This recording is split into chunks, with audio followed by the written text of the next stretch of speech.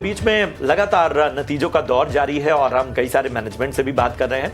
तो चौथी तिमाही के दमदार नतीजों से पीएनबी हाउसिंग के शेयर में भी हम 7% की तेजी आज देख रहे हैं। बहुत जबरदस्त तेजी है। नतीजों की बात करें तो ब्याज से आय में करीब 14% का इजाफा हुआ है। नेट इंटरेस्ट इनकम की बात करें 20% बढ़ा है।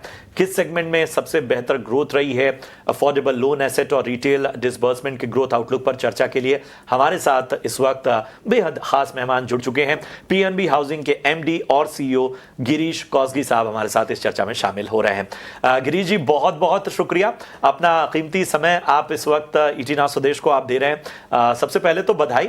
नतीजे जो रहे हैं वो हर फ्रंट पे बड़े ही शानदार नजर आ रहे हैं और उसका इम्पैक्ट हम जाहिर सी बात है कि इस वक्त देख भी रहे हैं। हमें बताइए कि वो कौन कौन से ग्रोथ फैक्टर्स रहे हैं जिन्होंने आपके नतीजों को इस तरह का दमदार बनाया है। Good morning. हमारा FY25 और Q4 बहुत ही अच्छा था। रिटेल सेगमेंट में अफोर्डेबल और इमर्जिंग बहुत डिमांड अच्छा था, इसलिए we were able to do it. Retail के अंदर we focus on 3 segments: prime, emerging और अफोर्डेबल। अफोर्डेबल के ऊपर हमारा फोकस ज्यादा है। अफोर्डेबल बिजनेस जैन 2023 में चालू किया, 27 मंथ्स हो गया। 27 मंथ्स में हमारा बुक 5000 करोड़ क्रॉस हो गया। इमर्जिंग वर्टिकल FY25 में चालू किया।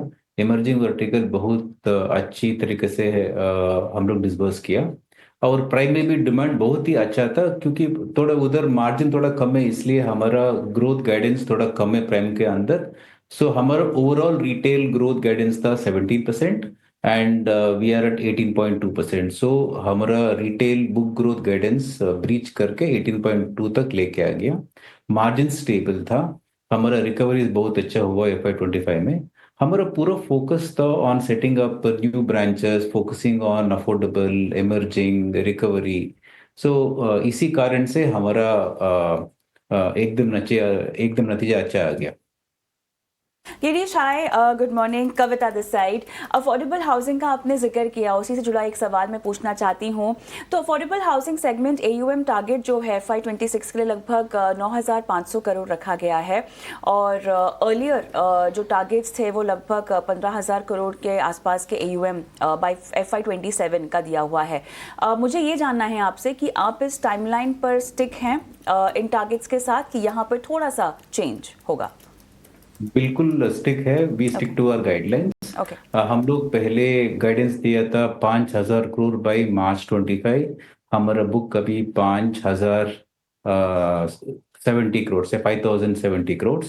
FY26 हमारा बुक पहुंचेगा 9,500 करोड़ और मार्च 27 तक हमारा अफोर्डेबल बुक पहुंचेगा 15,000 करोड़।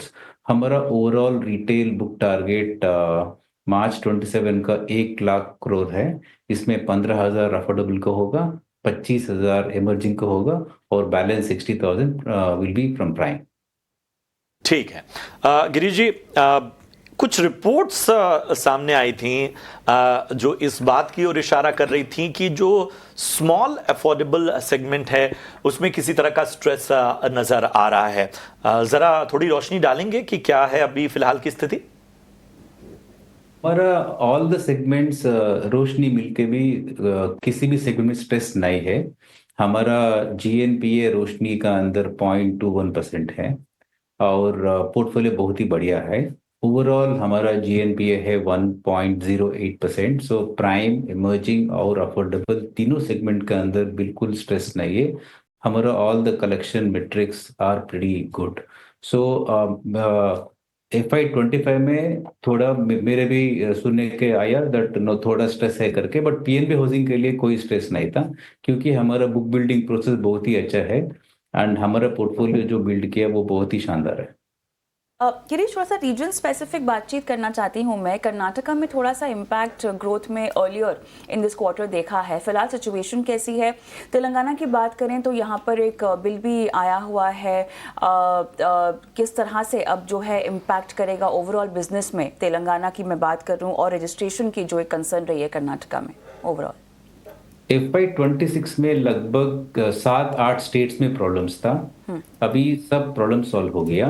कर्नाटक में ई रजिस्ट्रेशन के बारे में थोड़ा इशू था, वो लोग ने रजिस्ट्रेशन प्रोसेस चेंज कर दिया, उसके वजह से थोड़ा बिजनेस इम्पैक्ट हुआ। हमको भी बिजनेस इम्पैक्ट हुआ क्योंकि we are present in more than 13-14 states, we were able to manage from other states. अभी कर्नाटक में इश्यू ऑलमोस्ट बहुत ही कम हो गया, अनदर 2 मंथ्स पूरा प्रॉब्लम्स विल बी सॉल्व। बाकी पूरा स्टेट्स में जो प्रॉब्लम था वो पूरा सॉल्व हो गया। FY 26 में no other state has a challenge. Karnataka में थोड़ा प्रॉब्लम है, वो भी ठीक हो जाएगा 2-3 मंथ्स में, otherwise there is no issue. ठीक है। सर, मैं ज़रा डिसबर्समेंट के फ्रंट पे थोड़ा सा जानकारी आपसे चाहता हूँ। कंपनी ने कॉर्पोरेट डिसबर्समेंट चौथी तिमाही में शुरू किया था, लेकिन वो कहीं ना कहीं निल है। तो हमें बताइए कब उम्मीद की जाए इस क्षेत्र में जो है वो आगे प्रोग्रेस होने की। We had promised that we will start corporate in a very small way. So FY 26 में हमारा लगभग 1,500 के आसपास होगा disbursement. So FY 26 will be able to disburse, but हमारा फोकस कॉर्पोरेट के अंदर बहुत ही कम होगा। हमारा पूरा focus would be on retail. Corporate 1,500 होगा। बिल्कुल। चलिए, यहाँ पर डिसबर्समेंट्स की बातचीत तो हो गई है, लेकिन एक आउटस्टैंडिंग राइट ऑफ पूल की मैं बात करना चाहती हूँ, जहाँ पर 1,000 करोड़ जो है कॉर्पोरेट बुक्स और लगभग 400 करोड़ रिटेल बुक में फिलहाल है। अब इसमें से कितना राइट बैक की एक्सपेक्टेशन हमें रखनी चाहिए FY 26 में? FY 26 में लगभग 300 to 350 करोड़ राइट बैक होगा। It will be on similar lines with FY 25। FY 25 में भी 350-360 करोड़ राइट बैक हुआ। FY 26 ऑल्सो उतना ही होगा। हमारा क्रेडिट कॉस्ट नेगेटिव होगा। मेरा अगला सवाल ख़ास तौर पे जो रेट कट है और ख़ास तौर पे कॉस्ट ऑफ फंड्स में उसको लेकर है। मैनेजमेंट ने पहले कहा भी था इस बारे में कि 25 BPS की दर कटौती के साथ ये CF 10 BPS की गिरावट आएगी।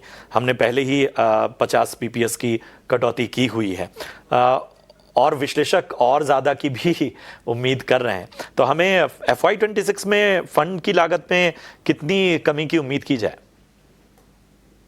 पॉलिसी कट FY 26 में और 25 to 50 बिप्स हो सकता है। No, but we will pass on the benefit whatever we get because of policy rate to the customer. At the same time, no, we would also try and increase yields.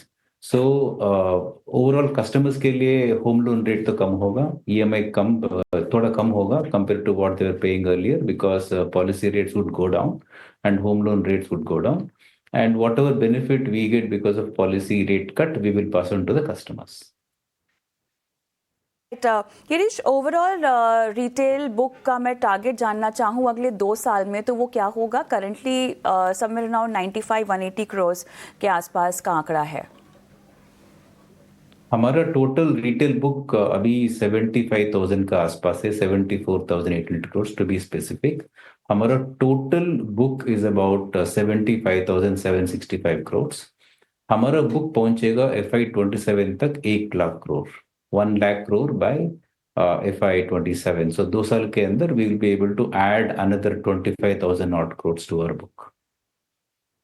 Alright Girish, धन्यवाद, आपने समय दिया, तमाम सवालों के जवाब दिए। बहुत अच्छा लगा आपसे बातचीत करके। धन्यवाद जुड़ने के लिए आज।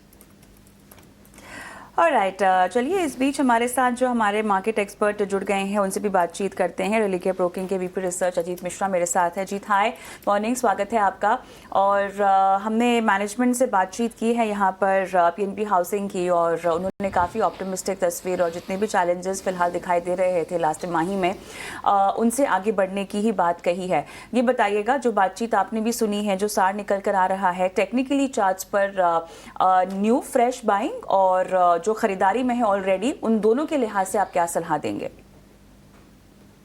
शुक्रिया कविता। देखिए, housing finance as a pack अगर आप देखेंगे तो एक ग्रेजुअल रिकवरी, और इसमें से PNB हाउसिंग फाइनेंस का आउट परफॉर्मेंस रहा है। अगर आप पिछले करीब 4-5 महीने के मूव को देखेंगे तो स्टॉक में एक डिसाइसिव बाइंग इंटरेस्ट जो खासतौर से 700, 800 के जोन में जो देखने को मिला, उसके बाद से ग्रेजुअल रिकवरी जो कि स्टॉक को पुश कर रही है अपने प्रीवियस स्विंग हाई जो कि करीब 1200 के पास था, वहां तक जाने के लिए। तो डेफिनेटली बने रहने की सलाह होगी जिनके पास पोजीशन है। फ्रेश बाइंग के लिए थोड़ा सा, क्योंकि आज ये 6.5-7% ऑलरेडी ऊपर है, थोड़ा सा डिप मिलता है अगर 1020, 1030 की रेंज में, तो एक अच्छी बाइंग अपॉर्चुनिटी होगी 950 के स्टॉप लॉस के साथ 1200 के पोजिशनल टारगेट्स के लिए।